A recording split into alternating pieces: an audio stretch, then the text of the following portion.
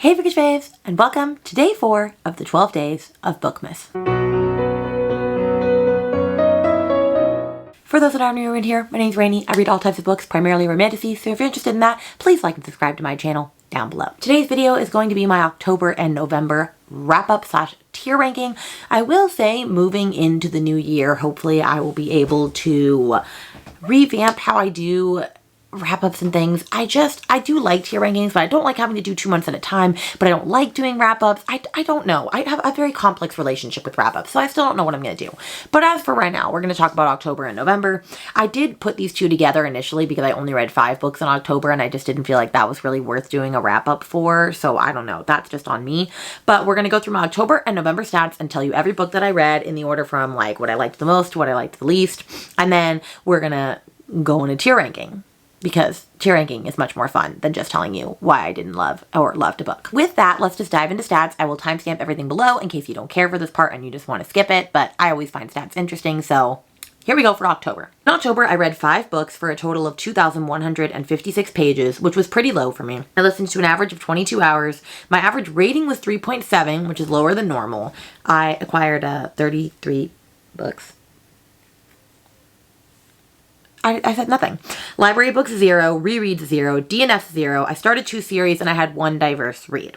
Then when the ratings come in, I had 2 3 stars, 1 3.5 star, 1 4 star, and 1 5 star. So 3 out of the 5 books were just mediocre reads to me. The shortest book was Bonded by Thorns at 352 pages. The shortest book read, though, for hours was A Rain of Rose at 5 hours. And then the longest book I read was From Blood and Ash with 496 pages. And the longest book I listened to was Immortal Dark for 7 hours. The genres were 1 was paranormal and 4 were romantasy. Format was 5 novels. The source was 1 physical and 4 a mixture, because we do know I love a good immersion reading moment. The audience was all 5 adult. I acquired 1 from a book box and 4 from a bookstore.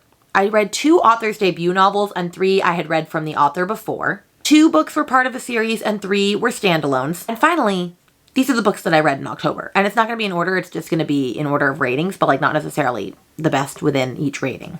Bride, 3 stars. A Rain of Rose, 3 stars. Immortal Dark, 3.5 stars. From Blood and Ash, 4 stars. And Bonded by Thorns, 5 stars. So with that, let's dive into some November stats. November was a much better reading month, probably because I also was hosting a readathon for Winterathon, and so I was trying to get a bunch of bingos, which I finally got a bingo by the end, thank friggin' A. I read 14 books for a total of 5,330 pages, so I literally doubled my page count, and listened to 53 hours of audio. My average rating was a 4.0, so it did go up. I only acquired 8 books. That is a step in the right direction. Library books were 0. I had 3 rereads this month, which is way high for me. I had 0 DNFs, I started 7 series, and I had 2 diverse reads. Then the ratings this month were 1 2 star, 1 2.5 star, 2 3.5 stars, 4 4 stars, 2 4.5 stars, and 4 5 stars. And you will find out why I had a lovely reading month in just a second. The shortest book I read was Merry Ever After by Ali Hazelwood at 59 pages, or actually that was the Tessa Bailey one at 59 pages. And then the shortest book I listened to was also Merry Ever After at 0.5 hours. The longest book I read was The Ashes and the Star-Cursed King at 600 pages, and the longest book I listened to was Kingdom of Flesh and Fire at 8 hours. My genres were 1 fantasy, 1 horror, 2 romance, 9 romantasy, and 1 thriller. So of course romantasy is still always going to be on top. As far as the format, I had 12 novels and 2 novellas. Source was 3 audiobooks, 1 physical, and 10 mixture or immersion reading. That's always going to be my favorite. The audience was 13 adult and 1 YA. I acquired 1 from a book box, 5 from a bookstore, 1 was gifted to me, 2 were from KU, and 1 was from the library. I read 1 author's debut book. I had 4 new to me authors and 9 authors I had read from before. And 13 books were part of a series, and there was only 1 standalone. So I do love a good series moment. And then these are the books that I read. The Veiled Kingdom. A Secret for Now. The Spell Shop. Also a secret for now. Merry Ever After, 2 stars. The Games Gods Play, 2.5 stars. Cruel Winter with You, 3 stars. A Crown That's Cold and Heavy, 3.5 stars. We Used to Live Here, 4 stars. The Ashes and the Star-Cursed King, 4 stars. The Songbird and the Heart of Stone, 4 stars. A Kingdom of Flesh and Fire, 4.5 stars. 6 Scorched Roses, 5 stars. Phantasma, 5 stars. The Hunger Games, 5 stars.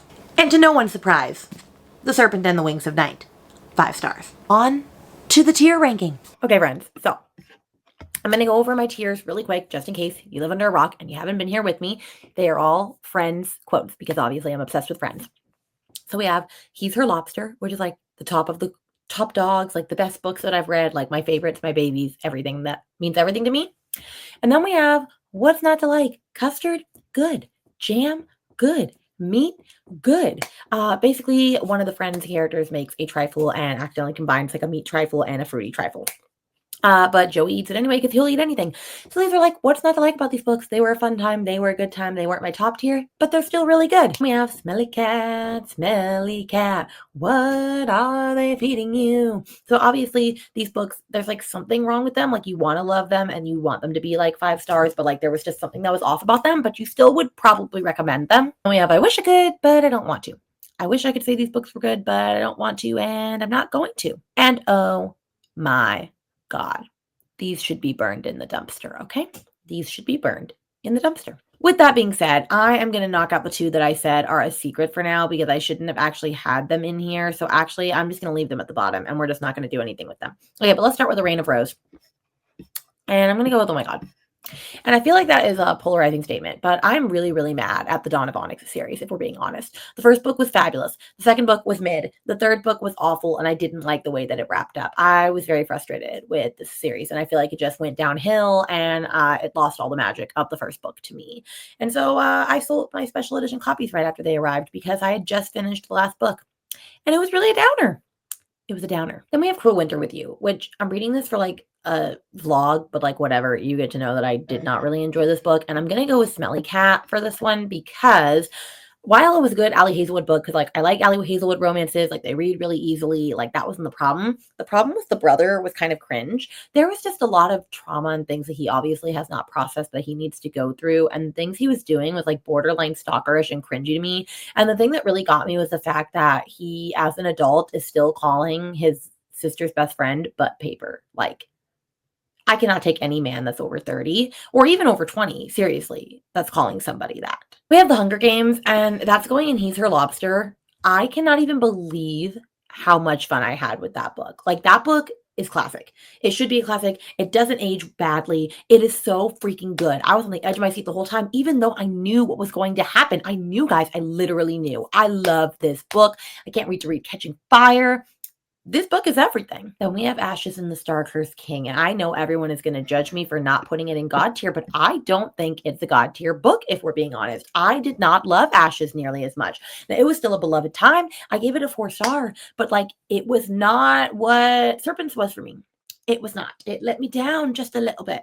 I feel like the whole plot and the second one kind of didn't really make sense. And so because of that, I couldn't get on board with certain things that like the characters were doing. And I was just frustrated. And I'm not very happy about that. Bride is going to go in I Wish I Could, but I don't want to because I don't think that it's beyond awful. However, I don't think that it is good. It is definitely Allie Hazelwood's worst book that I've read.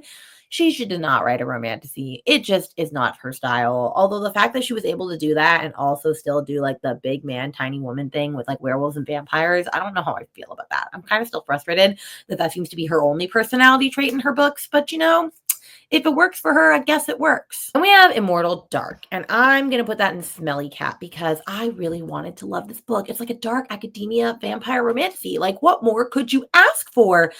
But the writing was difficult. There were parts where I really, really, really loved the story and parts where I really didn't. And I did recognize that the more I physically read it, I really enjoyed it. But when I switched to just audio, I didn't like it. And I'm finding that sometimes if a book is a little too confusing to me and I just try to power through with audio, that's where it loses me. And I probably should have kept reading physically and maybe it would have gotten a higher rating. But at this point, like I've DNF'd the series. I just don't really care.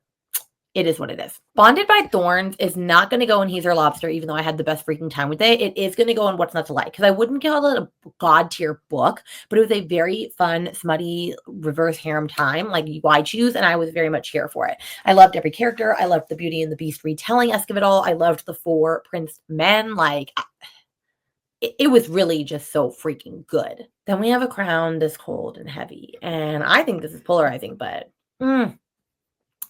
yeah, no, no. I'm gonna put it here. And I wish I could, but I don't want to, even though I hate this book.